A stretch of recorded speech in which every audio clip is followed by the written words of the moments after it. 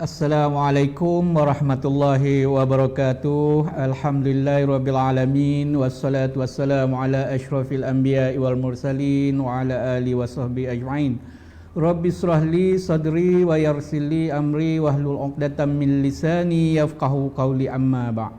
Alhamdulillah, kita sambung lagi kuliah kedua kita berkaitan dengan ilmu miras atau ilmu faraid, yang mana pada kuliah yang lepas kita dah selesai berkaitan dengan topik pensyariatan pusaka.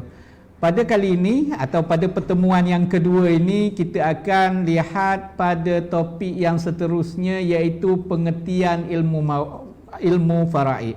Okay, kita lihat kepada slide yang saya cuba sediakan untuk kemudahan kita bersama. Okay, pada kali ini kita akan lihat pengertian ilmu faraid. Dari segi bahasa, perkataan faraid adalah perkataan berasal daripada bahasa Arab. Kan? Kita lama dah kita duk bercakap Arabnya. Lama dah. Dari kampung dah. Ilmu apa belajar? Ilmu faraid. Oh, bercakap Arab kita. Dia merupakan kata jamak dari perkataan faridah. Dari segi bahasa mempunyai banyak makna perkataan faraid atau faridah ini. Antaranya bererti menentukan atau menetapkan atau mewajibkan atau memastikan, menghalalkan dan sebagainya. Dari segi istilah syara', ilmu faraid atau faraid ini ialah nasibun muqaddarun syar'a limustahaqqihi, iaitu bahagian yang telah ditetapkan oleh hukum syarak kepada waris-waris yang berhak mendapat harta pusaka. Itulah yang dikatakan faraid. Faraid merupakan suatu bahagian yang mana bahagian ini diambil ketetapannya melalui hukum syarak, yang mana bahagian inilah yang akan diberikan kepada waris-waris si mati.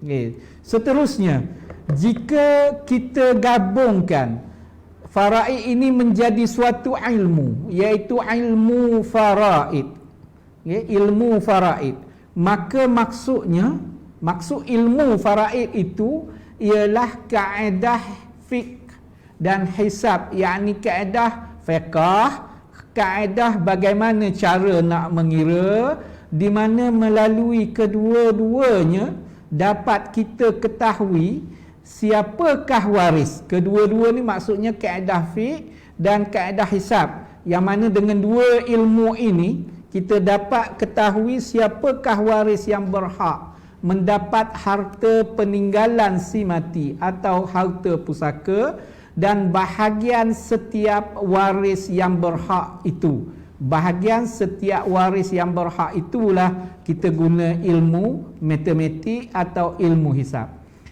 Ilmu faraid juga merupakan suatu disiplin ilmu yang membawa seseorang itu mengetahui tentang waris-waris yang berhak terhadap harta pusaka dan berapakah kadarnya. Itu dikatakan ilmu faraid. Tuan-tuan dan puan-puan yang dirahmati Allah Subhanahu wa taala. Jadi kita boleh nampak apa itu ilmu faraid, iaitu ilmu fiqh, ilmu hisab. Ia gabung dua ilmu itu. Tujuan ilmu fiqh ini adalah untuk kita melihat apakah hukum-hukum yang berkaitan dengan ilmu faraid itu. Apa hukum-hukum dia? Dan berapakah bahagian-bahagian dia, ditentukan bagaimana. Apabila dapat ketentuan, kena kira untuk memberi hak kepada setiap waris. Jadi ilmu faraid ini terbentuk hasil kombinasi ilmu fiqh. Ilmu fiqh ni ada dua di dalamnya, iaitu ilmu nasab dan ilmu fatwa. Ilmu nasab ini kita nak tahu apakah hubungan di antara waris dengan pewaris atau si mati. Kalau tak tahu ini, tak boleh kita nak bahagikan harta pusaka. Kan awak dapat tak harta pusaka, entahlah Awak apa hubungannya? Saya pun tak tahu. Itu masalah. Ilmu nasab dia kena tahu dulu apa hubungan seseorang itu dengan si mati. Yang kedua, ilmu fatwa. Ilmu fatwa ini apabila diketahui apakah hubungan di antara waris dengan pewaris, maka diletakkan berapakah bahagian dia. 1/2 kah, 1/4 kah, 1/8 kah, contohnya lah 1/6 kah, 1/3 atau 2/3 dan seterusnya lah 1/3 baki. Dan ilmu hisab apabila diletakkan, contoh tuan-tuan dan puan-puan yang dirahmati Allah ya, contohnya kalau seorang mati tu ada isteri, ada 3 orang anak, 2 lelaki, 1 perempuan, ada ibu, ada bapa. Tahu hubungannya, orang ini apa hubungannya dengan si mati? Ibu. Orang ini apa hubungannya dengan si mati? Bapa. Orang ini apa hubungannya dengan si mati? Anak lelaki. Sah taraf tak? Sah. Contohnya, itu dikatakan ilmu nasab. Kan? Orang ini anak perempuan, orang ini isteri, hubungannya dengan sebab perkahwinan dan sebagainya lah. Jadi dalam kes itu, berapakah ibu dapat, berapakah bapa dapat, berapakah isteri, berapakah anak lelaki dan anak perempuan, itulah ilmu fatwa. Bapa dapat 1/6, ibu dapat 1/6, isteri dapat 1/8, contohnya lah. Jadi 1/6, 1/8 itu dikatakan ilmu di kita letakkan bahagian dia. Lepas itu baru kita boleh kira, dikatakan ilmu hisab. 1/6 tu berapa jumlahnya harta yang ditinggalkan. Begitulah yang dikatakan ilmu faraid. Tuan-tuan dan puan-puan yang dirahmati Allah ya. Ia mengandungi hukum hakam pewarisan, formula pembahagian harta dan kaedah pengiraan harta yang akan menentukan siapakah dalam kalangan keluarga yang ditinggalkan oleh si mati berkenaan, berhak mendapat harta pusaka dan menentukan kadar bahagian yang akan diwarisi oleh setiap waris. Jadi ilmu faraid juga dikenali sebagai ilmu mawaris dan ilmu miras. Jadi dari segi ta'rif ini saya cepatkan. Kenapa? Kerana slide berikutnya agak lambat dan ada beberapa soalan yang lepas saya perlu respon lah. Saya akan respon apabila kita tinggal dalam masa 10 ke 15 minit sebelum kita tamat. Saya akan respon kepada soalan-soalan, terutamanya soalan yang 2 minggu sebelum ini. Ada 9 soalan, 2 soalan saya dah respon, ada 7 soalan lagi. Jadi sebab itu saya laju sedikit tuan-tuan dan puan-puan berkaitan dengan definisi atau apakah yang dikatakan faraid dan ilmu faraid. Seterusnya tuan-tuan dan puan-puan ya, peranan ilmu faraid atau ilmu miras atau ilmu mawaris. Peranan kita belajar ini kan, kita tuntut ilmu berkaitan ilmu faraid ini untuk tujuan apa ilmu ni? Apa peranannya dalam masyarakat kita? Contohnya, peranan yang pertama iaitu mengenal pasti sesuatu harta itu harta pusaka atau tidak. Ini penting tuan-tuan dan puan-puan ya. Dengan belajar ilmu faraid lah kita tahu ini harta pusaka. Oh, ini bukan harta pusaka. Yang ini harta pusaka atau bukan? Oh, ini harta pusaka. Yang ini bukan harta pusaka. Begitulah dikatakan bahawa dengan belajarnya faraid ini, ilmu faraid ini, kita dapat ketahui yang mana satu harta yang ditinggalkan oleh si mati itu kita boleh kumpulkan inilah harta pusaka, yang ini bukan. Sebab apa tuan-tuan dan puan-puan ya? Kerana penentuan harta pusaka ni kita nak determine atau kenal pasti harta pusaka ni cukup penting. Sebab apa ya? Sebab hal-hal yang selanjutnya berkaitan dengan harta pusaka atau hal-hal hukum faraid ini hanya tersangkut atau hanya berkaitan dengan harta pusaka. Sebab ramai di luar sana bertanya, sumbangan harta si mati, sumbangan orang datang ziarah jenazah selepas kematian, orang datang ziarah, ada orang bagi duit. Syarikat bagi duit kepada si mati, dapat tahu pekerjanya meninggal, badan kebajikan jabatan mana-mana buat kolek duit, kumpul duit, kumpul bagi kepada keluarga si mati. Harta pusaka atau tidak? Kan?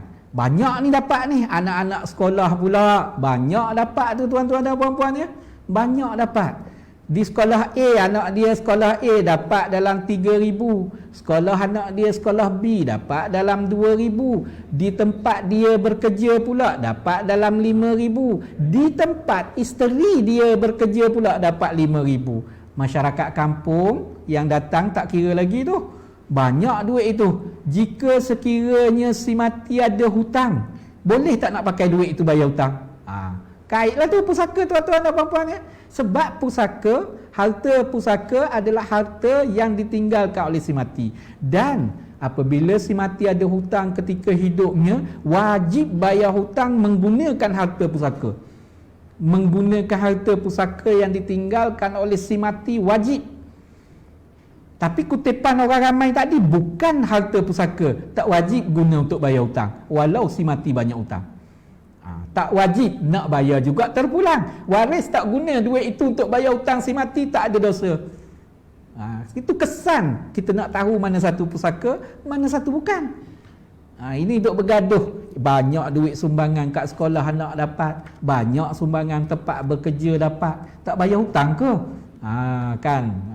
Masalah. Sedangkan hutang wajib dibayar menggunakan harta si mati tinggal atau harta pusaka.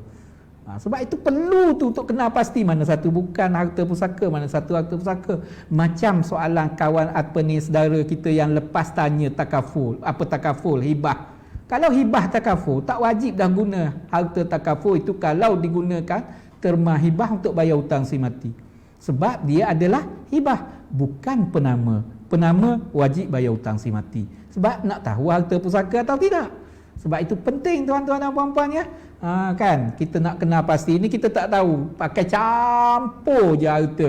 Ni harta pusaka si mati tinggal, harta dia lah kok je kita pakai. Tak ada keyakinan, kepastian. Sebab itu kena belajar faraid. Yang kedua, kita boleh kenal pasti waris dan bukan waris. A waris si mati atau tidak, B waris si mati atau tidak dengan belajar ilmu faraid. Contoh, seorang mati meninggalkan anak-anak lelaki, kan, isteri. Anak lelaki adalah waris, isteri waris. Ibu bapa tetap waris. Ramai di masyarakat di luar sana apabila ada anak lelaki, mak dan ayah si mati tak nak bagi dah harta pusaka sebab si mati dah ada anak lelaki. Silap, berlaku kesilapan, jauh melesetnya. Ramai yang faham begitu di luar sana lah. Jadi penting ilmu faraid ini. Kalau seorang mati, kan, ada isteri, ada anak-anak perempuan sahaja, maka kena cari adik-beradik si mati. Si mati dah tak ada ibu bapa, contoh, kena cari adik-beradik sebab adik-beradik waris. Jadi penting kita tahu benda-benda yang ini ya, tuan-tuan dan puan-puan, penting kita tahu. Kita dah lah bukan waris. Siapa hubungan awak dengan si mati? Bapa saudara si mati. Kan, layak tak bapa saudara dapat harta pusaka? Si mati ada anak lelaki, tak layak. Jadi janganlah lebih sudu daripada kuah. Nak kawal semua, dia 1 sen tak dapat harta pusaka.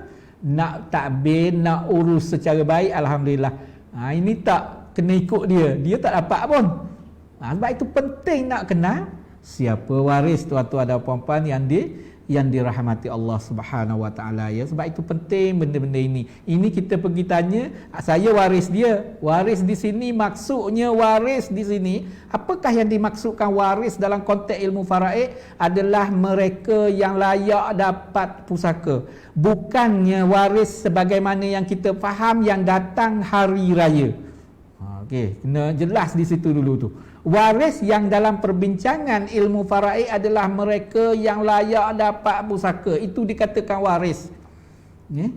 Jika seorang itu mati meninggalkan anak lelaki, dia ada cucu. Cucu bukan waris kerana si mati dah ada anak lelaki. Walaupun cucu berkenaan dipelihara atau dijaga oleh si mati. Ini tu nak kenal pasti siapa waris, siapa bukan waris. Yang ketiga peranan ya tuan-tuan dan puan-puan, dia mengenal pasti bahagian dan saham setiap waris. Okey, tuan-tuan dan puan-puan ya, apa dia bahagian ni? Isteri ada anak berapa dapat? 1/4. 1/8. So, silap ya tuan-tuan dan puan-puan. Isteri si mati ada anak, isteri 1/8. 2 isteri 1/8, kongsi 2. 3 isteri, itu dia kena pasti. 1/8 bahagi 3. Contohlah.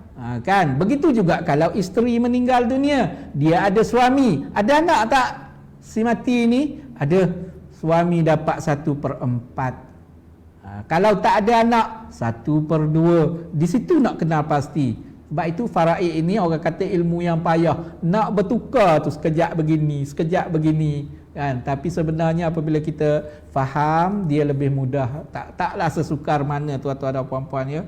Yang seterusnya, mengetahui bagaimana cara pembahagian, tata cara pembahagian dan kaedah bagaimana nak mengira harta pusaka bagi mengenal pasti habuan setiap waris. Isteri berapa ribu dapat, berapa ekar tanah, contohnya lah. Disitulah peranan ilmu faraid. Okay, tuan-tuan dan puan-puan yang dirahmati Allah, kita lihat slide berikutnya. Faedah mempelajari ilmu faraid, menjamin kelangsungan ilmu faraid. Agak-agak tak hilanglah ilmu faraid di bumi Malaysia terutamanya tuan-tuan dan puan-puan ya. Dengan kita belajar ini, barulah kita tahu dan menyelesaikan fardu kifayah.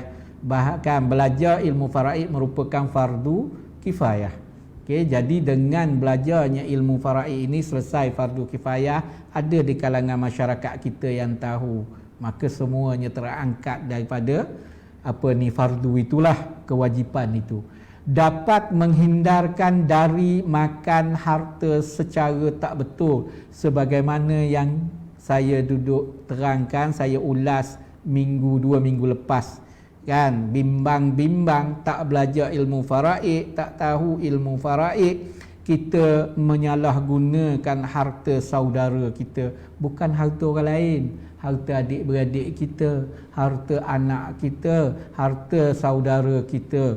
Walaupun harta saudara kita, kalau sekiranya bahagian dia, tetap kita dianggap menggunakan harta secara batil jika tanpa izinnya.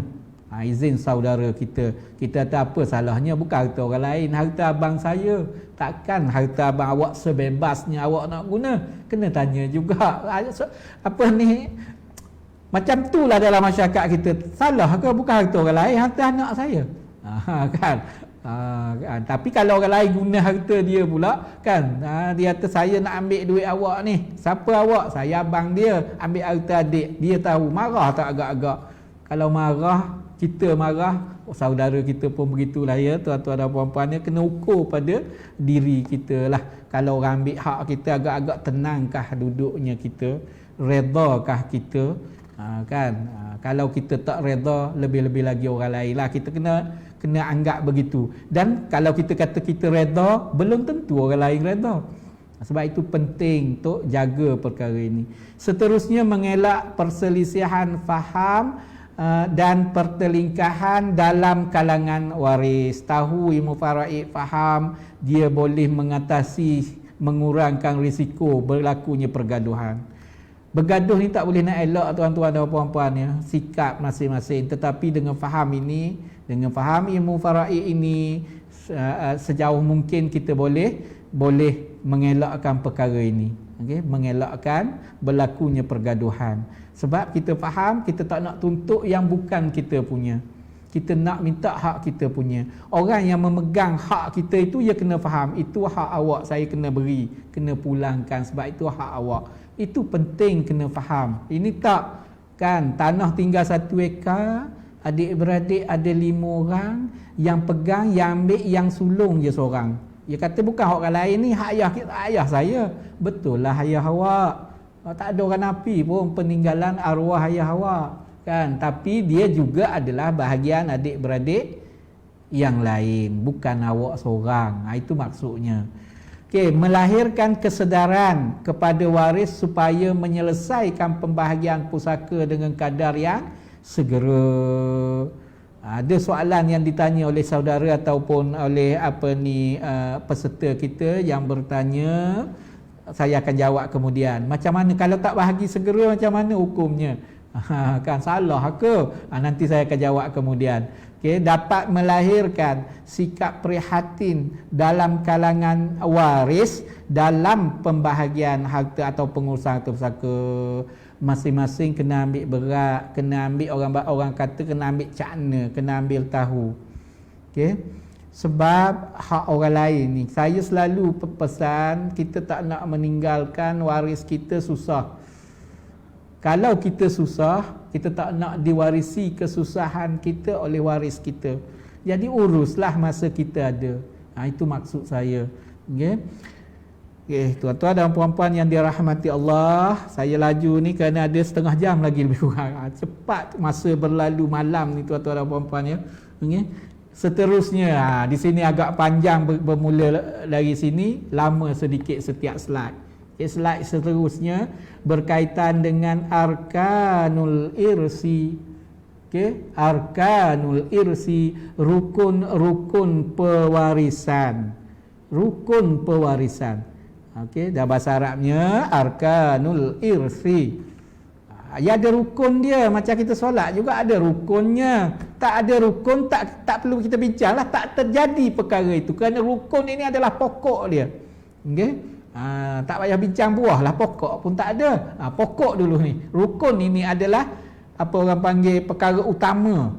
Yang pertama, rukun yang pertama. Ada 3 je tuan-tuan dan puan-puan ya. Tak banyak. Rukun negara ada 5. Kan? Rukun iman ada 6 contohnya lah. Kan? Rukun faraid atau rukun mawaris ada 3 je. Tak banyak. Tak ingat dalam bahasa Arab, kita ingatlah bahasa Melayu. Yang pertama, al-muwarris.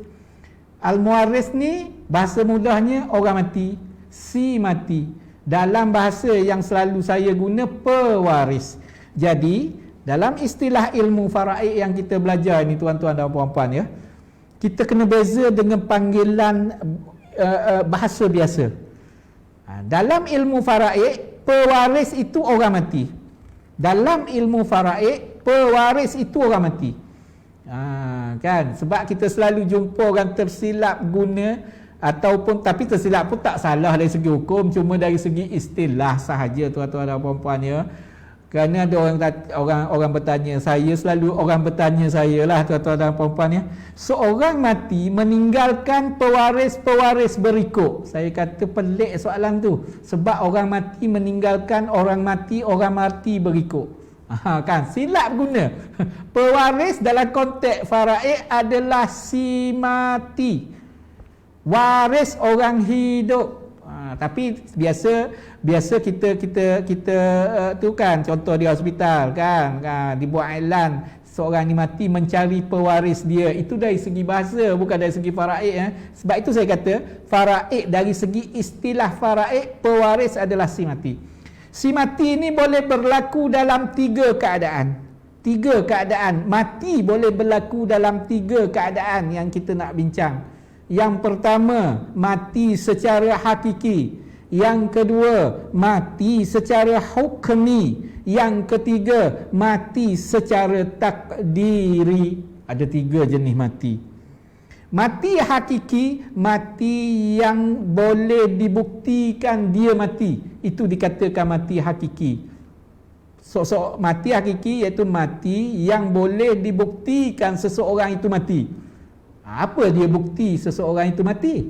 Antaranya permit pengkebumian, antaranya kubur, kan? Antaranya sijil mati. Itu dikatakan mati hakiki. Antaranya disaksikan oleh saksi-saksi bahawa orang itu dah mati walaupun kuburnya tak ada. Dimakan harimau habis, dimakan ditelan buaya habis, disaksikan dia mati. Tapi kubur tak ada, jenazah pun tak ada, tapi disaksikan. Itu dikatakan mati hakiki tuan-tuan dan puan-puan ya.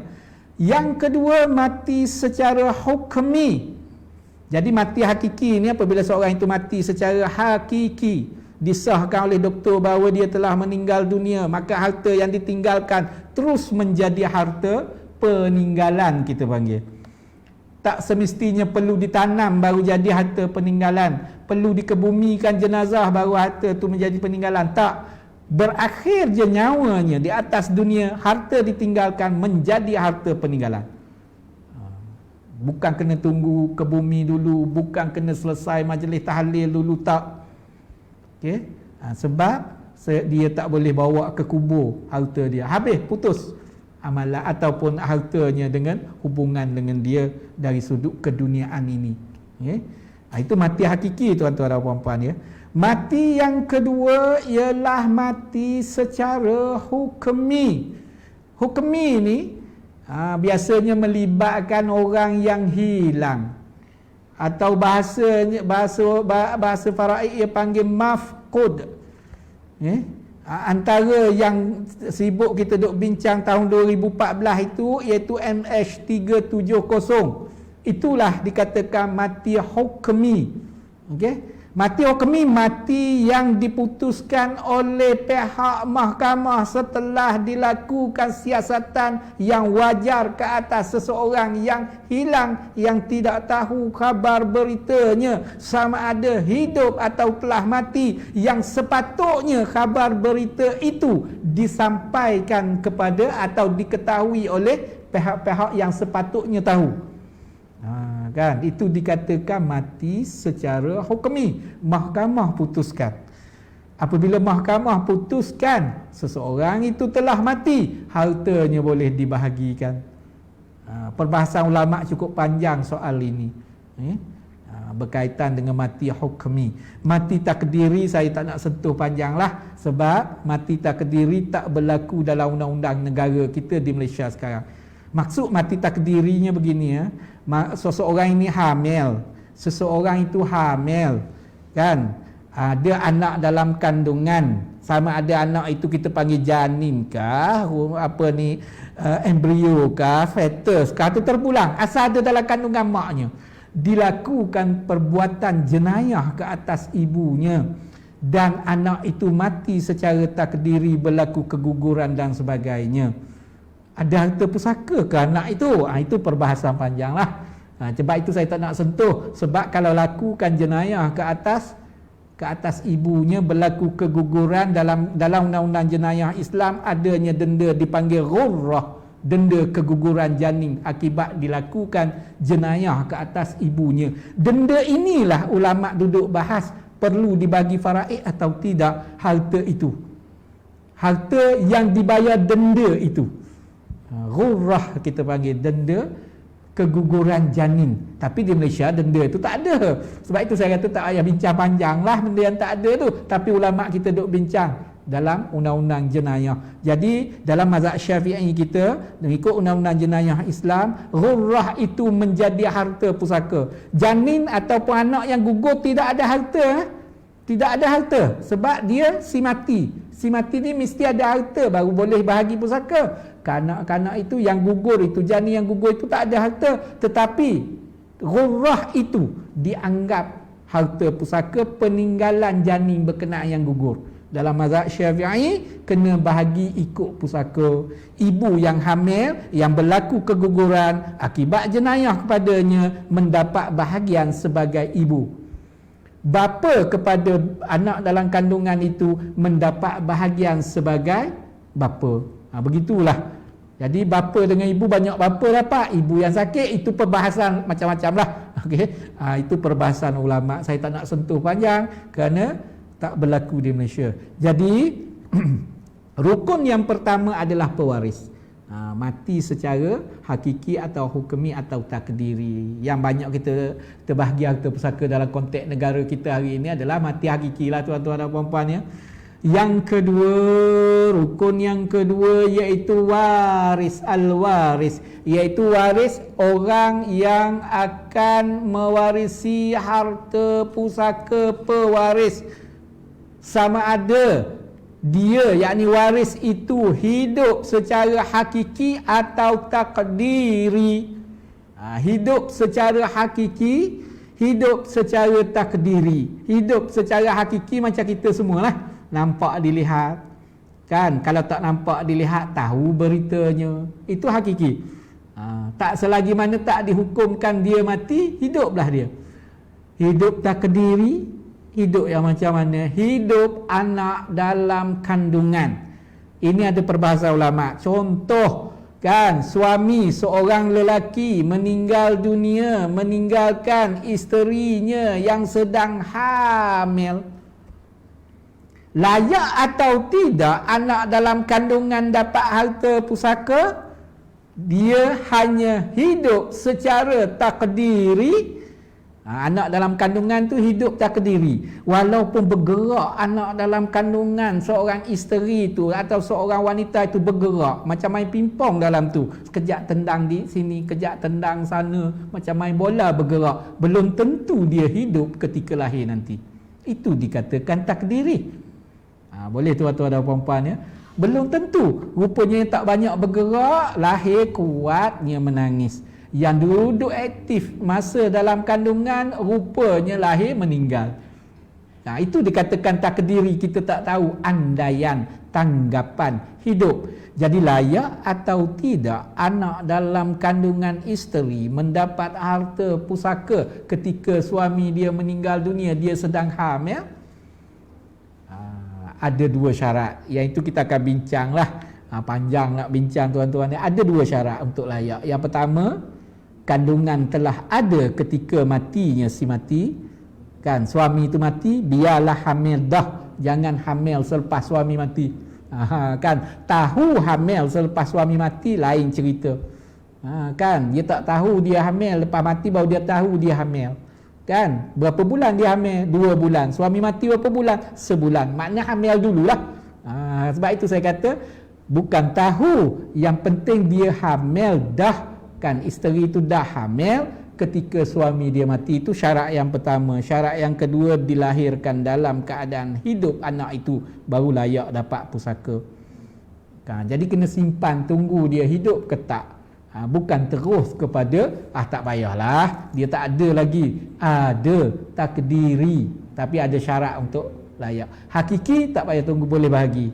Okey, tuan-tuan dan puan-puan yang dirahmati Allah, rukun terakhir al-maurus. Apa dia al-maurus ni tuan-tuan dan puan-puan ya? Harta pusaka. Al-maurus ni harta pusaka. Harta peninggalan si mati yang bakal diwarisi oleh waris-waris. Sama ada harta berkenaan harta alih atau tak alih. Sama ada harta berkenaan tinggi nilainya atau rendah nilainya. Selagi mana harta itu dikatakan harta. Apa dia dikatakan harta menurut hukum syarak? Sesuatu yang berharga, bermanfaat dan halal di sisi syarak, itulah harta. Ada nilainya, bernilai di sisi syarak, itulah harta. Jadi ada 3 rukun tuan-tuan dan puan-puan. Kita akan perincikan bab harta pusaka pada kuliah yang akan datang. Ada 3 rukun. Tak ada salah satu je rukun ni tak jadi pusaka, tak jadi pewarisan. Yang pertama si mati, yang kedua waris, yang ketiga harta. Si mati ada, waris ada, harta habis dah. Tak ada harta, tak jadi pewarisan. Kan? Yang kedua, contohnya lah, kalau lah si mati tak mati-mati, baru koma, tak mati, koma, tak bahagi pusaka, walau waris ramai sekalipun, harta banyak mana pun, tetapi si mati tak mati-mati lagi, hanya koma, tak titik lagi, tak boleh bahagi harta pusaka. Sebab syarat dia mesti mati secara hakiki atau hukmi. Koma tak kira lagi, masih lagi dianggap hidup, tak boleh bahagi. Begitulah tuan-tuan dan puan-puan ya. Okay, itu rukun. Okay, kita ada, saya nak cepat sikit ni tuan-tuan dan puan-puan ya. Masa laju betul berlangsung ni tuan-tuan dan puan-puan ya. Okay, kita ada lebih kurang 20 minit lagi lah. Okay, sebab pewarisan ada 4. 3 daripadanya disepakati oleh semua ulama. Berlaku ijma', sepakat ulama 3. Yang 1 berlaku khilaf, ia ada 4. Yang pertama nasab. Apa dia nasab? Hubungan disebabkan darah atau kelahiran atau dikenali sebagai kerabat hakiki. Yang pertama, tak ada khilaf yang ini. Sebab apa awak dapat pusaka? Oh, saya anak dia. Itu dikatakan nasab. Anak itu adalah nasab. Anak sebenar. Contohnya anak hakiki. Sebab itu saya kaitkan dengan kerabat hakiki. Maka terkeluarlah daripadanya anak angkat, anak susuan, tak masuk. Sebab dia bukan kerabat hakiki. Bukan disebabkan kelahiran hubungannya dengan si mati. Si mati mengambil anak angkat, maka anak angkat itu bukannya orang yang layak atau waris yang layak mendapat harta pusaka atas dasar anak angkat. Mungkin anak saudara layaklah. Saya kata atas dasar anak angkat, sebab ada orang itu yang ambil anak saudara menjadi anak angkat.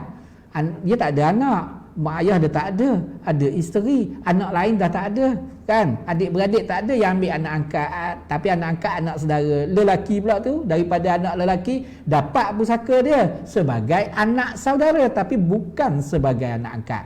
Kena faham tu. Yang tak layaknya dapat atas dasar dia anak angkat tak layak. Okey, yang pertama, okey, iaitu nasab. Nasab ini ibu, bapa, anak, cucu, cici, adik-beradik, anak saudara, kan, sepupu, bapa saudara, atuk saudara, kan, ibu, bapa, itu dikatakan kerabat ya, atau nasab, tuan-tuan dan puan-puan ya.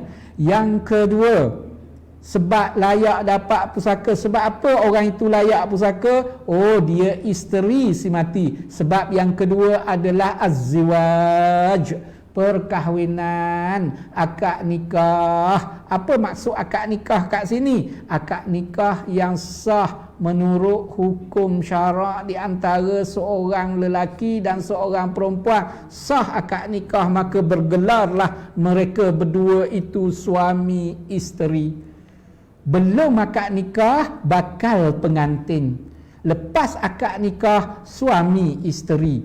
Layak pusaka atas dasar suami isteri, bukan atas dasar perlu berlakunya hubungan kelamin. Tak ada.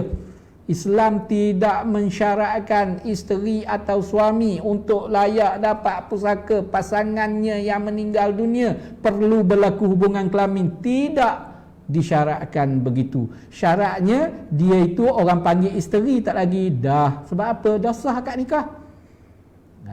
Okey, tuan-tuan dan puan-puan ya. Orang itu suami dia tak suami. Bila suaminya? Baru pukul 10 tadi suami, sebab sah akad nikah. Walaupun tak bersama lagi, tak berlaku hubungan kelamin lagi, kan, tiba-tiba meninggal atas pelamin selepas selesai akad nikah. Layak pasangan yang hidup dapat pusaka. Kan, nanti kita duk takwil lah, baru kahwin 20 minit layak dah pusaka. Kita tanya dia balik, dia itu suami ke isteri? Isteri, kan? Sebab dalam ayat Quran menggunakan istilah isteri, tidak ditentukan tempoh dan tarikh, tidak ditentukan berapa lama dia menjadi isteri. Hak pusaka sama, isteri yang lama kahwin dengan yang baru kahwin, sama je hak pusaka dia. Nak tuntut harta sepencarian barulah berbeza. Pusaka sama. Dari segi pusaka sama. Sah tak akad nikah? Sah. Apabila sah, bergelar suami isteri lah seseorang itu. Boleh tuan-tuan dan puan-puan faham ya. Jadi akad nikah yang sah, maka layaklah pasangannya mendapat harta pusaka jika pasangannya meninggal dunia. Okey, boleh tuan-tuan dan puan-puan. Saya nak ulas sikit lagi. Jika sekiranya berlaku perceraian di antara pasangan ini, suami dan isteri, dan perceraian itu adalah perceraian talak raj'i. Talak raj'i, di antara suami menceraikan isteri dia, talak raj'i. Apa dia talak raj'i? Talak 1, talak 2 dalam tempoh iddah boleh rujuk. Itu dikatakan talak raj'i. Sekiranya suami meninggal dunia, kemudian selepas dia suami menceraikan isteri dia dengan talak 1 atau talak 2, kan, kemudian dia meninggal dunia, isteri sedang beriddah, layak isteri dapat harta pusaka suaminya kerana iddah belum tamat. Syarat untuk layak dapat pusaka mestilah kematian pasangan sama ada suami atau isteri dalam iddah talak raj'i. Ramai masyarakat kita tak nak beri pusaka kerana dah bercerai, dia kata. Kita masyarakat kita silap panggil bercerai sahaja, talak satu terus panggil janda. Janda biar tunggu habis iddah baru boleh panggil janda. Masa dalam iddah tetap isteri orang. Sebab itu dapat nafkah, sebab itu nak keluar rumah dan sebagainya, nak buat apa-apa minta izin suami, dan suami boleh rujuk dia pada bila-bila masa selagi mana iddah belum tamat. Sebab dia isteri orang, haram masuk meminang. Nak pinang dah tak boleh, apatah lagi nak kahwin. Okey. Sebab itu kena faham, kita tak cerai je hari ni esok orang panggil janda. Silap faham kita, janda tunggu dulu. Nak isi bawa kahwin kan tanya status janda atau tidak. Masa dalam iddah bukan janda lagi.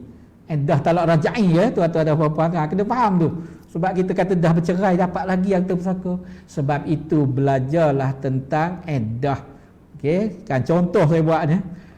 Suami cerai isteri dia dengan talak satu pada 1 hari bulan Februari 2021. Okey, maka isteri menjalani iddahnya, tak hamil dia. Tengok isteri lah yang hamil atau tidak. Kalau tak hamil, iddahnya 3 kali suci. Kan? Kalau dah habis period, iddahnya 3 bulan. Kalau hamil, iddahnya sehingga bersalin. Kan? Kena faham perkara itu, iddah itu. Jadi iddah apakah isteri ini? Tak hamil, suci, kan masih lagi ada period atau datang haid, maka iddahnya 3 kali suci. 1 Februari 2021 berlaku perceraian, suami meninggal pada 1 Mac 2021, layak tak pusaka? Kena tanyalah, habis tak lagi iddah 3 kali suci? Tak habis lagi dapat pusaka. Isteri itu tahulah. Kan jangan tipu pula. Kan saya buat contoh begini ya. Contoh je mudah ya. Kalaulah seseorang dalam mazhab Syafi'i kita kan disunatkan cerai dalam keadaan suci. Itu suci. Kan? Suci datang haid, suci datang haid, suci datang haid, boleh kahwin dah. Okey, kerana cukup 3 kali suci apabila datangnya haid. Cukup sempurna satu suci adalah bila datang haid. Suci, datang je haid, sempurna satu suci. Okey, habis haid datang pula suci, datang haid 2 kali suci. Kan? Contohlah. Jadi kena pandai hitung Contohnya kali terakhir dah ni, nak suci kali terakhir contoh. Suami meninggal pukul 4, isteri suci pukul ataupun datang haid terakhir untuk 3 kali suci pukul 5, isteri layak dapat pusaka. Sebab apa? Ketika suami mati dia masih dalam iddah. Sebab itu nak pandai kira tu. Iddah belum tamat. Kan? Tetapi kena tuan-tuan dah faham, nak hurai ke sikit ni. Tetapi jika sekiranya berlaku cerai secara talak bain di antara pasangan itu, sama ada bain sughra atau bain kubra. Bain sughra ini seperti fasah, khulu', itu bain sughra. Bain kubra ini talak 3. Maka menurut pandangan jumhur ulama termasuk imam atau mazhab Syafi'i kita, isteri atau suami tidak layak mendapat harta peninggalan pasangannya jika sekiranya meninggal pasangannya dalam tempoh iddah talak bain, sama ada kubra atau sughra. Sebab itu nak kenal pasti. Sebab itu soalan faraid ini tuan-tuan dan puan-puan kena kita teliti. Sebab ramai yang bertanya, ustaz nak tanya satu soalan, seorang ini mati, dia dah cerai isteri dia, isteri dapat tak harta pusaka? Kita kena tanya yang pertama, cerai apa dia? Oh, cerai talak 1, iddah ada tak lagi? Oh, tak perasan, balik, tanya balik. Sebab itu nak jelas perkara ini. Ketika kematian berlaku, iddah dia tamat tak lagi? Tak tamat, layak pusaka kalau sekiranya talak raj'i. Tak layak pusaka kalau sekiranya talak bain. Seseorang ini, contoh, seorang wanita memfailkan kes ke mahkamah syariah menuntut fasah dengan suami dia akibat darar kepada dia, darar syar'i, suami pukul dia lah, suami tak beri nafkah lah, macam-macam. Kan dia tuntutlah fasah di mahkamah syariah. Masa isi borang tak bercerai lagi Fasah apabila diputuskan oleh mahkamah syariah, berlakulah fasah. Maka berlakulah fasah, beredahlah isteri contohnya lah. Kan? Balik keluar pada mahkamah, dapat perintah daripada mahkamah, keluar mahkamah berdua, kan, pakai kacamata hitam dan sebagainya, melintas jalan, aksiden, meninggal suami, tak layak pusaka walaupun baru dapat perintah. Kenapa? Kerana perceraian berlaku secara fasah, iaitu talak bain sughra. Sebab itu kena tahu perkara-perkara ni tuan-tuan dan puan-puan. Nampak simple je, tapi melibatkan jutaan ringgit. Melibatkan makannya hak orang itu jutaan ringgit kalau duitnya banyak, kalau tanahnya banyak, rumahnya ada. Nampak simple, kan? Berkira dia katakan tak, hak orang kena kira tuan-tuan dan puan-puan ya. Kita pergi cari kuaci kat kedai pun tengok logo halal, kan? Kuaci je kan? Begitulah tuan-tuan dan puan-puan ya. Okey, jika berlaku cerai talak bain, sama ada sughra, kuluk, fasah tadi atau kubra talak 3, pasangan yang hidup tak layak dapat pusaka walaupun iddah masih ada, talak raj'i dapat. Okey, yang ketiga adalah pembebasan hamba. Saya tak cerita tentang pembebasan hamba sebab tak berlaku dalam dunia moden hari ini, terutamanya di Malaysia. Kalau cerita pun tuan-tuan dan puan-puan boleh faham, cuma nak apply atau nak laksanakan di Malaysia tak ada, di dunia payah. Okey, maksudnya begini ya, kan? A memiliki seorang hamba, A membebaskan hambanya menjadi orang yang merdeka. Hambanya bekerja dalam keadaan merdeka itu dapat harta. Meninggal hamba ini, tidak ada waris yang layak secara nasab dan sebagainya dengan hamba, bekas hambanya. Harta diwarisi oleh bekas tuan yang membebaskannya. Tetapi kalau bekas tuan yang meninggal dunia, ada hamba, bekas hamba tak layak, dia hanya sehala sahaja. Okey, pembebasan hamba itu maksudnya. Jadi 3 ini disepakati oleh ulama nasab, hubungan akad nikah atau perkahwinan yang sah menurut hukum syarak. Yang ketiga al-wala, pembebasan hamba. 3 ini sepakat ulama tidak ada khilaf merupakan sebab kepada pewarisan. Yang terakhir, yang keempat, iaitu agama Islam atau Baitul Mal, berlaku khilaf dalam kalangan ulama. Menurut mazhab Syafi'i dan mazhab Maliki mengatakan jika sekiranya si mati itu tidak berwaris, maka Baitul Mal layak mengambil harta pusaka. Atau ada waris tetapi waris berkenaan tidak menghabiskan harta pusaka mengikut kadar yang telah ditetapkan oleh hukum syarak, maka lebihan itu pergi kepada Baitul Mal. Tak ada waris dah layak, jadi Baitul Mal layak dapat dalam mazhab Syafi'i kita. Itu. Okey, tuan-tuan dan puan-puan yang dirahmati Allah Subhanahu Wa Taala. Okey, saya nak balik kepada persoalan. Lewat dah kita ni ya. Okey, saya pergi kepada soalan sebagaimana minggu lepas. Okey, saya pergi pada soalan minggu lepas dulu tuan-tuan dan puan-puan ya. Sebelum saya lihat kepada soalan yang apa ni pada malam ini, okey.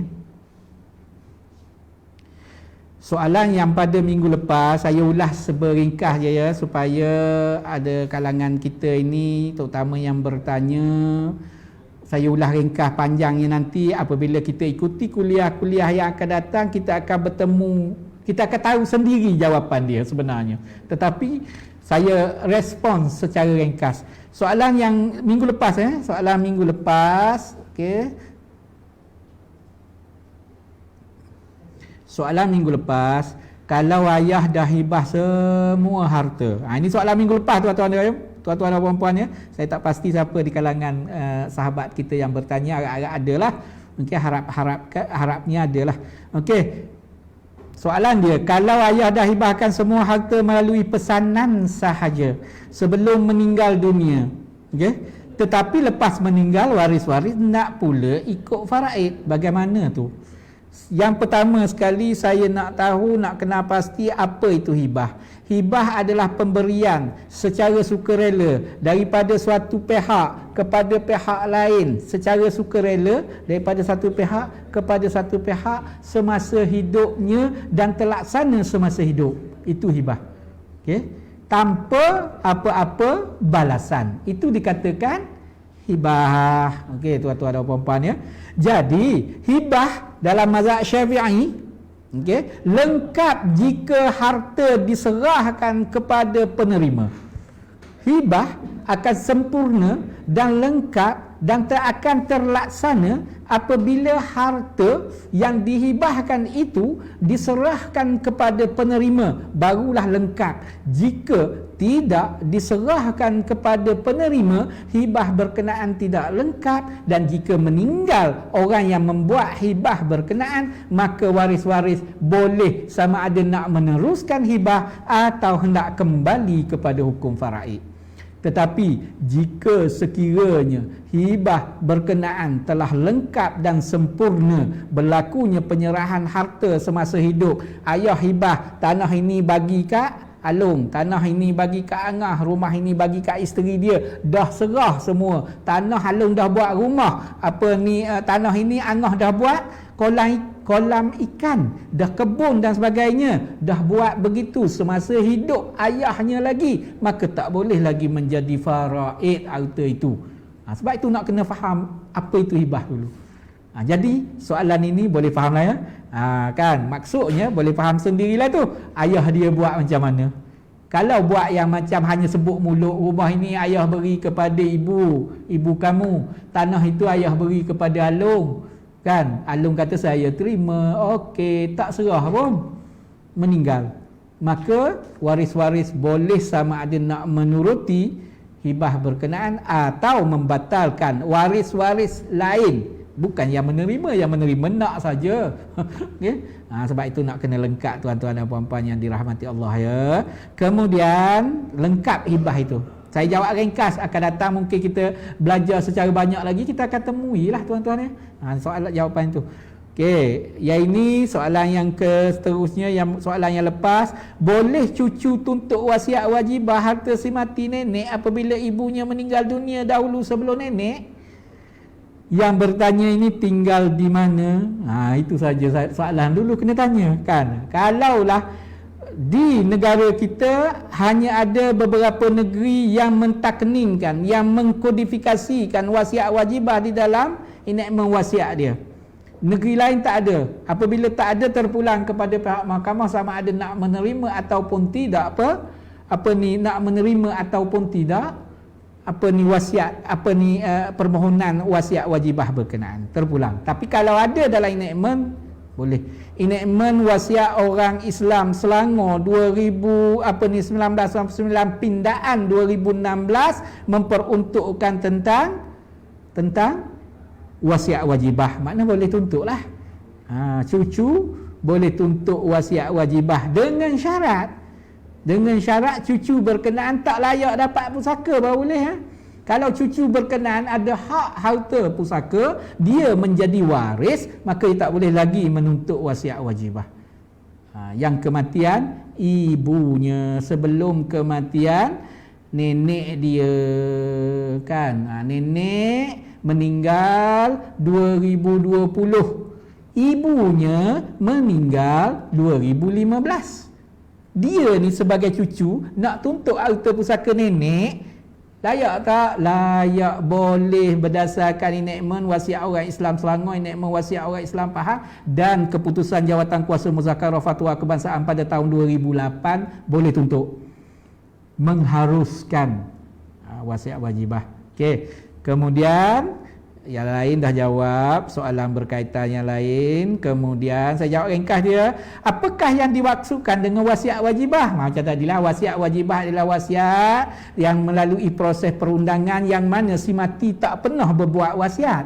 Si mati tak buat wasiat. Sebab itu dipanggil wasiat wajibah. Wasiat wajibah ini adalah wasiat ataupun pemberian harta pusaka yang mana kepada cucu-cucu yang kematian bapa atau ibunya sebelum daripada kematian datuk atau neneknya. Orang panggil patah titi. Macam saya buat contoh tadi. Ahmad bin Ali, Ali bin Abu.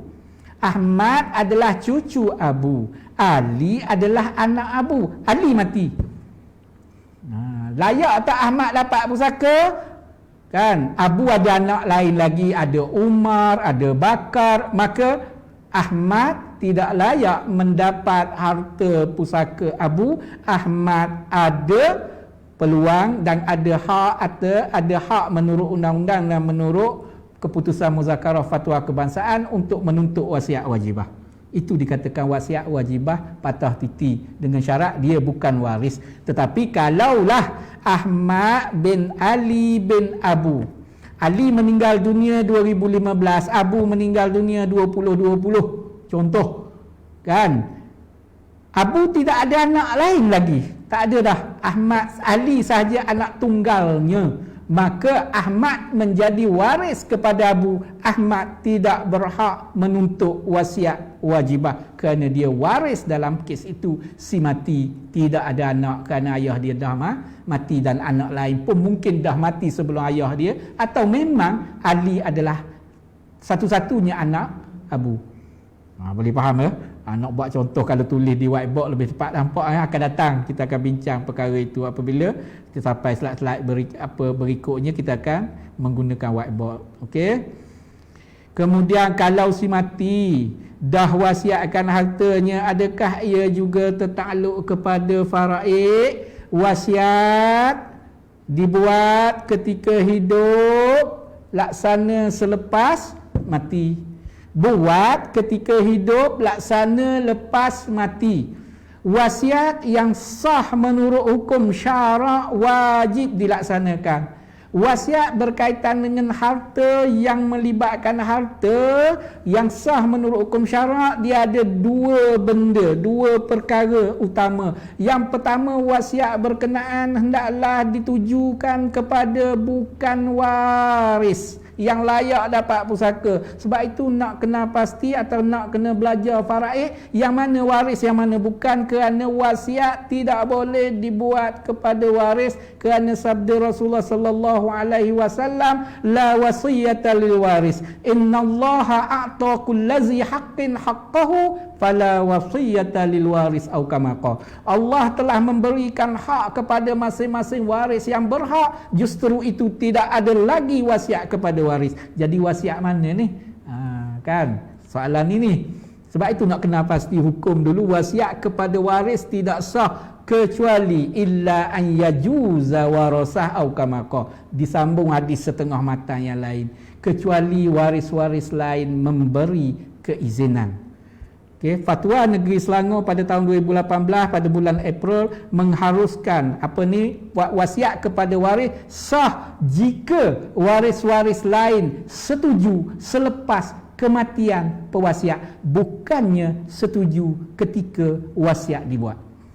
Jadi jawab pada soalan ini, kiranya wasiat itu dibuat tidak sah, harta menjadi faraid. Sekiranya wasiat kepada bukan waris dan kadar, satu lagi syarat dia ya, ada dua pokok utama, tidak melebihi 1/3 daripada harta pusaka si mati selepas ditolak liability hartanya. Sebab itu nak belajar faraid. Lepas tolak hutang, lepas tolak urus jenazah, lepas tolak semua, berapa hartanya, apakah harta yang dibuat wasiat, apakah harta yang dibuat wasiat ini cukup atau tidak 1/3.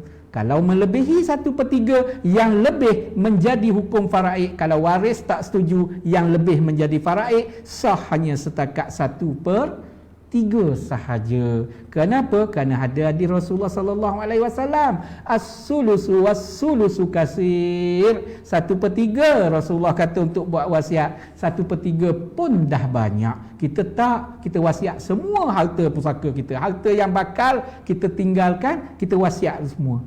sah hanya 1/3. Jadi 2/3 lagi tertakluk kepada hukum faraid. Kalau waris redha, tak ada masalah. Kena izin waris. Jadi jika dah buat wasiat, sah ke tidak? Kalau sah, bahagian itu tidak jadi faraid, yang lain sahaja jadi faraid.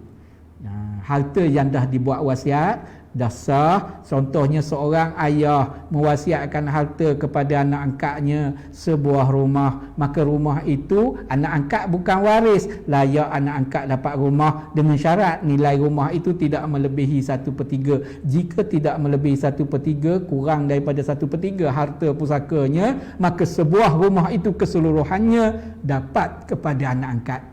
Jika harta nilai rumah itu campur dengan harta lain, bahagian rumah itu melebihi 1/3, maka yang sah nilai setakat 1/3 sahaja, tuan-tuan dan puan-puan. Jadi yang lebih kena tanya waris-waris, sebab maksimum wasiat adalah 1/3 selepas daripada kematian harta itu dinilaikan. Okey, ataupun dikira 1/3 itu. Jelas, tuan-tuan dan puan-puan ya. Apakah hukum lewat bahagi pusaka? Kan hukum lewat kita bagi pusaka ni, malam ni pun lewat juga kan. Kan lewat kita bagi pusaka, tak dia nak jawab benda ini, dia lihat kepada situasi, tuan-tuan dan puan-puan ya. Sekarang ini nak cepat agak susah. Yang paling penting, adakah harta berkenaan menyusahkan orang lain atau berlaku kelewatan itu menyebabkan makan harta secara batil? Tak, maka tak ada masalah. Syarikat diuruskan dengan baik, kereta berjalan dengan elok, kebun dijaga dengan baik, kan sawah bendang diusahakan juga, hasil dibahagi faraid dan sebagainya. Tak ada masalah, cuma tanah tak selesai lagi, tak ada masalah walaupun lewat. Tetapi rugilah kalau tidak dimanfaatkan. Itu kesannya. Hukum itu kembali kepada situ. Tak ada kena-mengena dengan si mati ni. Kan saya nak kait begitu. Waris-waris di atas dunia lewat bahagi harta pusaka, azab atau tidak si mati dalam kubur, tak ada kena mengena. Letihlah dia nak tanggung azab, tanggung masalah orang lain, kerana la waziratu wizra ukhra. Kan cuba rujuk ayat Quran tu. Kita tak menanggung dosa orang lain. Tidak masalah kita. Tidak masalah kita. Masalah apa? Masalah lah kan, yang buat orang lain kita laku buat dapat seksa. Masalah. Jadi lewat itu tak kesan kepada jenazah. Tetapi kalau jenazah pesan, bila ayah mati nanti ingat ya, harta ayah jangan bagi-bagi, biar begitu sampai kiamat. Salah pesanan itu. Kalau anak ikut barulah ada kesan, kerana dia berpesan benda yang salah, ilmu sesat. Boleh faham ya? Itu beza. Jadi kalau lewat bahagi harta pusaka, tuan-tuan dan puan-puan, kalau lewat bahagi harta pusaka tak menjejaskan hak, tak ada masalah. Tetapi kalau lewat bahagi pusaka, tanah yang dapat, sawah bendang yang dapat, naik semak samun, walaupun pada waris tidak ada masalah, tetapi pada tanah orang lain berlaku masalah. Kebun getah yang ditinggalkan oleh si mati naik semak samun, kebun kelapa sawit naik semak samun, mungkin waris tidak masalah kerana mereka senang, tak mengharap sangat, tak apalah biar begitu. Tetapi dengan semak samun dalam tanah yang ditinggalkan itu, kebun kelapa sawit yang ditinggalkan itu, kebun getah yang ditinggalkan itu, sawah bendang yang ditinggalkan itu, menyusahkan tanah sebelah, bendang sebelah, mengurangkan hasil bendang sebelah, maka semua waris bertanggungjawab jika kelewatan itu dilakukan dengan sengaja tanpa usaha. Boleh faham? Walaupun dia tak ada kesan, tetapi apabila kebun getah naik semak samun, kebun getah Pak Ali naik semak samun, Pak Ali meninggal dunia, anak-anak buat tak kisah, kebun getah berkenaan anak-anak tak ada masalah, semua senang, tak ada masalah. Tetapi kebun getah Pak Ahmad sebelahnya nak menoreh Pak Ahmad pun takut kan. Jadi dia telah menyusahkan orang lain. Kita pergi surau masjid pun, sepak selipar orang lain pun kita jaga, kita susun supaya jangan menyusahkan orang lain. Parking kereta pun elok-elok supaya tidak menyusahkan orang lain. Pusaka pun sama, jangan menyusahkan orang lain dengan sebab kelewatan itu, maka kesannya Adalah tuan-tuan dan puan-puan ya, kita pergi masjid kan, ambil selipar, kita pun sepak selipar orang lain, elok ke tepi sini ke tepi nak letak selipar kita, itu pun dah tak boleh, apatah lagi mengurangkan punca rezeki orang lain. Sawah bendang dulu keluar zakat hasil padi, sekarang tak boleh keluar zakat kerana tikus daripada sawah bendang sebelah menyeberang sebelah sini. Anak-anak atau waris menjawab, apa kau kisah tanah arwah ayah saya, ikut suka ai lah. Jawapan itu meninggalkan kesan hukum. Kita parking kereta depan rumah orang pun kita tak jawab begitu, ikut ai lah nak parking kereta ai, road tax ai bayar, bergaduh depan tu. Kan tak jawab begitulah, tapi bab pusaka boleh jawab begitu. Itu saya heran. Kan sebab itu saya berseluruh tuan-tuan dan puan-puan supaya jaga perkara ini. Okey, kenapa ilmu faraid dipanggil sebahagian daripada ilmu? Ialah sebab dia melibatkan kehidupan dan kematian. Semasa hidup mencari harta dengan sempurna untuk menjaga kesenangan dan sebagainya, cari secara halal dan sebagainya. Belajar bab faraid kerana apa? Kerana nak merancang hartanya, nak buat wasiatkah watuk, nak buat ibahkah patuk. Itu semasa hidup. Mati pula bagaimana nak mengagihkan harta yang ditinggalkan. Jadi ilmu ini berkaitan dengan kehidupan dan kematian. Okay.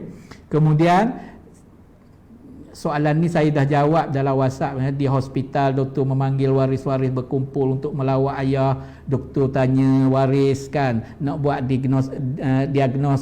diagnosis ataupun tidak. Kalau buat diagnosis ada menyeksa apa ni orang sakit arwah ayah berkenaan, tiba-tiba waris bersetuju tak payah buatlah, meninggal ayah, dapat tak pusaka. Ini adalah kaitan dengan pembunuhan kan.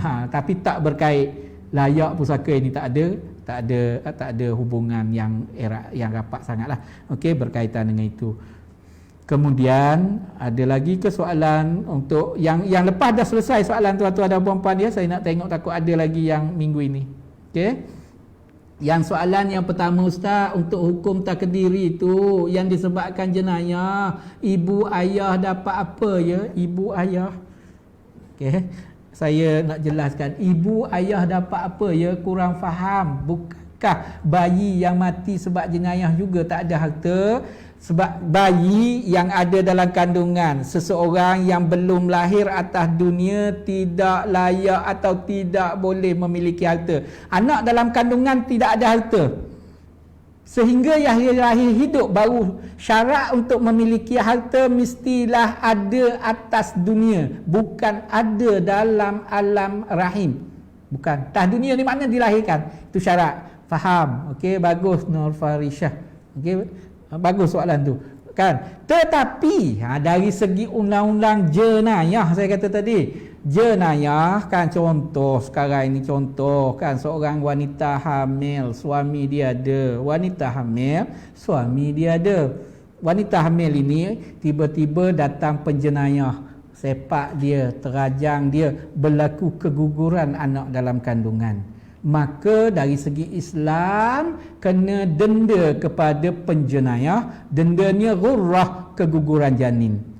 Okey, denda keguguran janin tadi. Denda berkenaan diat, kita panggil diat ghurrah. Diat berkenaan menjadi harta siapakah dalam konteks ini? Mazhab Syafi'i kita kata harta berkenaan adalah harta si anak bayi yang dalam kandungan, menjadi peninggalan bayi. Untuk itu sahaja, hal lain tak berbangkit. Untuk jenayah yang keguguran janin, berdasarkan Qanun Mawaris Mesir 1943, okey, yang mengambil pakai salah satu pendapat dalam mazhab Maliki, denda itu hanya diberi kepada ibu sahaja, bukan menjadi harta pusaka.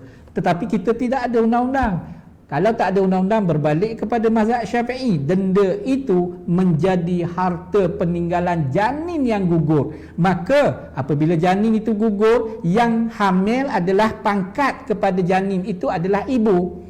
Suami kepada ibu ini, ayah pangkatnya kepada anak yang hamil tadi. Jadi ibu dapat sebagai ibu dalam harta pusaka, bapa dapat sebagai bapa dalam harta pusaka. Harta mana ni? Diyah yang dibayar atau denda yang dibayar akibat daripada berlakunya jenayah ke atas ibu yang isteri atau wanita yang hamil sehingga berlaku keguguran dan mati.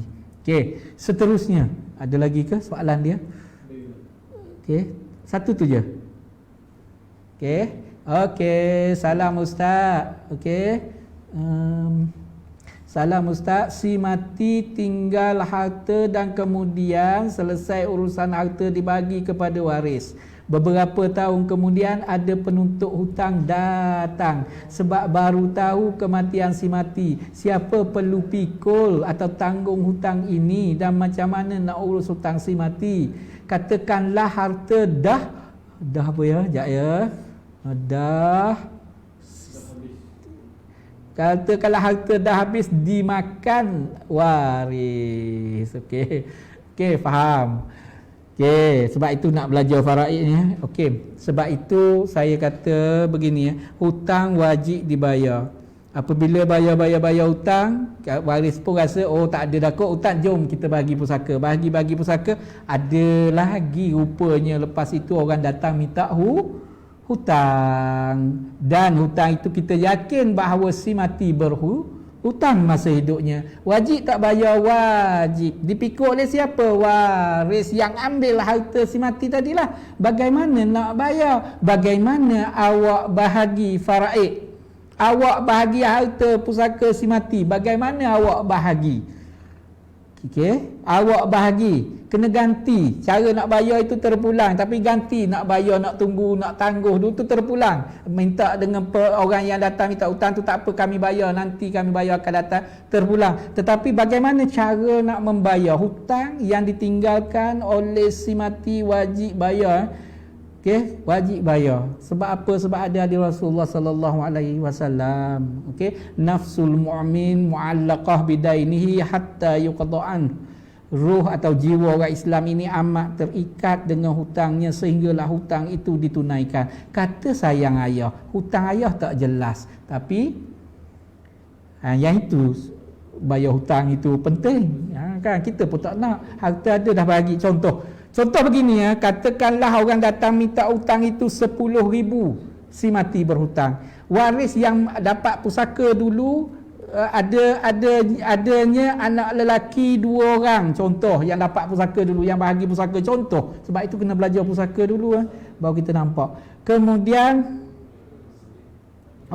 Kemudian ada anak perempuan seorang, lelaki 2. Saya buat macam tu mudah, lelaki 2, perempuan seorang. Harta yang orang datang minta hutang 10,000. Bagaimana mereka bertiga ini, kalau kita anggap waris lain tak ada, 3 beranak ini, tiga beradik ini yang dapat harta pusaka si mati. Kita anggap 3 beradik ini. Bagaimana mereka bertiga ini bahagi harta pusaka arwah ayahnya dahulu atau arwah ibunya dahulu?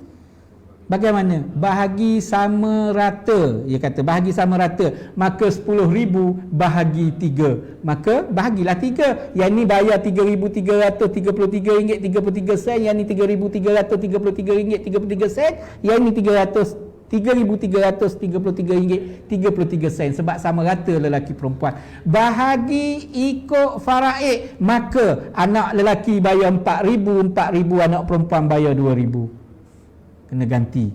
Sebab itu ini tak masa bahagi anak lelaki kata jom kita bagi ikut faraid. Faraid kena ikut ni, ustaz dah kata wajib. Okey kan, selesai bahagi ikut faraid. Datang minta hutang kemudian datang minta hutang. Ayah kita ada lagi rupanya hutang 10,000, panggil Along ni, anak lelaki ni panggil adik-beradik. Kita bagi sama banyak lah hutang ayah ni kan.